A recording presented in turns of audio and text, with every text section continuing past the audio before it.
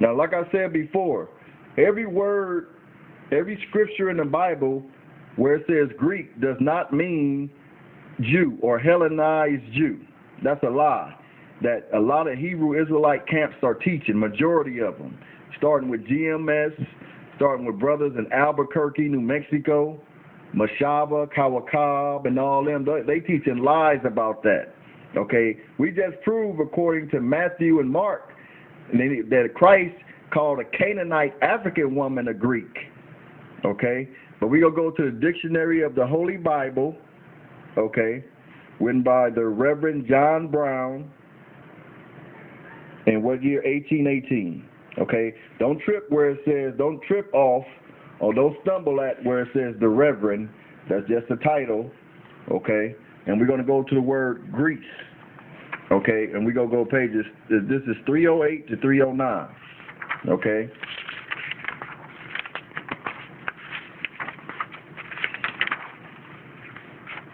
Then it says this. It says, all the Gentiles are sometimes called Greeks. That proves that that woman was a Gentile. She wasn't an Edomite. Okay? She wasn't an Israelite. She wasn't a Jew.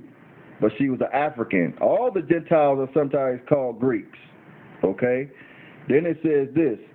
And the Jews who use the Septuagint or Greek translation of the Old Testament are called Grecians or Hellenists. So there's a difference between Hellenists and Greeks and Grecians. There's a difference.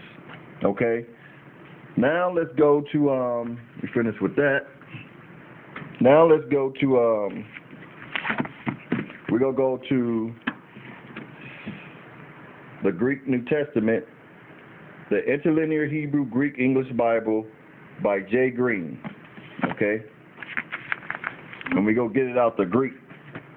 We're going to go to Mark chapter 7, and we're going to go to verse 24. And it says, and rising up from there, he went away into the borders of Tyre and Sidon. Okay? And then it says in verse 26, and the woman was a Greek, a Syrophoenician by race. That was her nationality. That was her race. This is what it says in the original Greek. Okay? King James translated, they said Syrophoenician by nation. From the Greek it says by race. Okay? And here goes the word for it. A Greek, meaning a female, an African female woman who spoke Greek and took on the culture of the Greeks. Okay? And it says a Syrophoenician by race. And that's the Greek word for race or nation. Okay? So that's out the original Greek. Okay? Now, let's go to the interlinear King James parallel New Testament Greek and English based on the Textus Receptus. The Textus Receptus means receive text. You understand? Yes. It means receive text. Con. Okay, it means receive text. And this is the same text that the King James translators used. Okay, by George Ricker Berry. Okay, by George Ricker Berry out of Zondervan Publishing House. Okay. And now we're going to go to the Textus Receptus and see what they originally had in the Greek. Okay. And this is Mark chapter 7, and we're going to start at verse 26. Okay. It says, now was the woman a Greek. There go that Greek word again, which is Hellenise. Okay, Hellenise. African female Gentile who spoke Greek and who took on the religion and philosophy of the Greeks. Okay? So-called white people at this time. Okay, 333 BC, when Alexander the Great came and he Hellenized the whole known world and all the dark nations. Okay?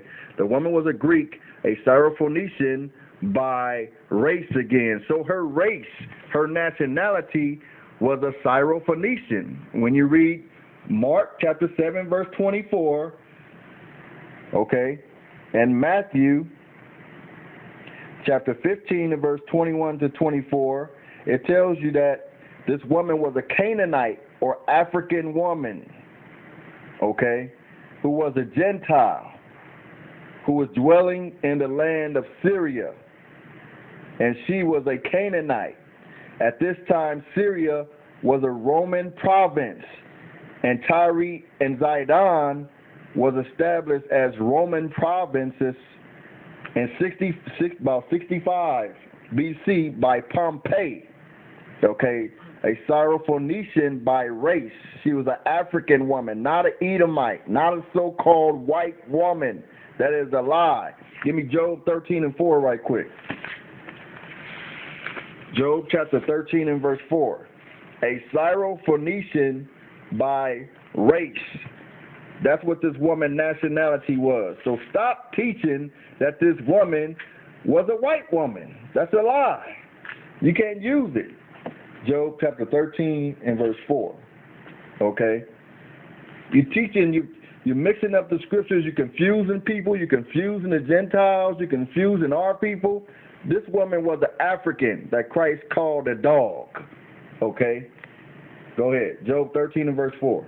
Job chapter 13 and verse 4.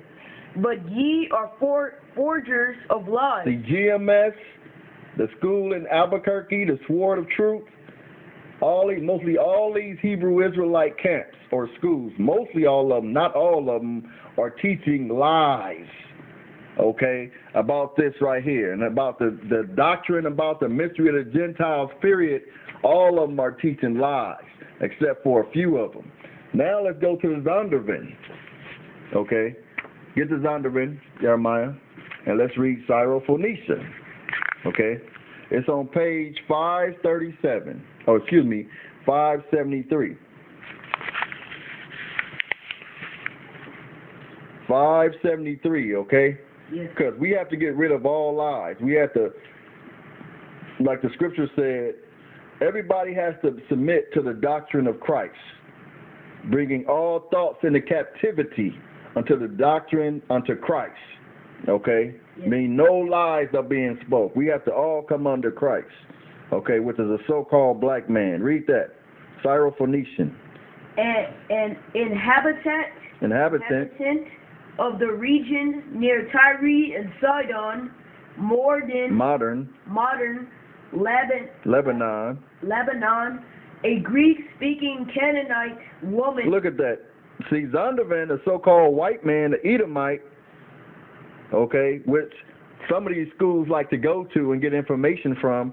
Well, I'm going to the same book. Why can't they do it? You understand? Because they lying. They don't want people to know this. That's why we have to bring the information out and put it on YouTube and go out in the streets and start teaching like we used to do, okay? It says a Greek-speaking Canaanite woman. Go ahead. Native of this region, thou a Gentile, by persistence and humility won from Jesus healing for her daughter. Right. It said a Greek-speaking Canaanite woman. Now, let's go to, let's put that away, okay? We went to the Greek. We went to the different Bible versions, okay? Now we're going to go to the next thing.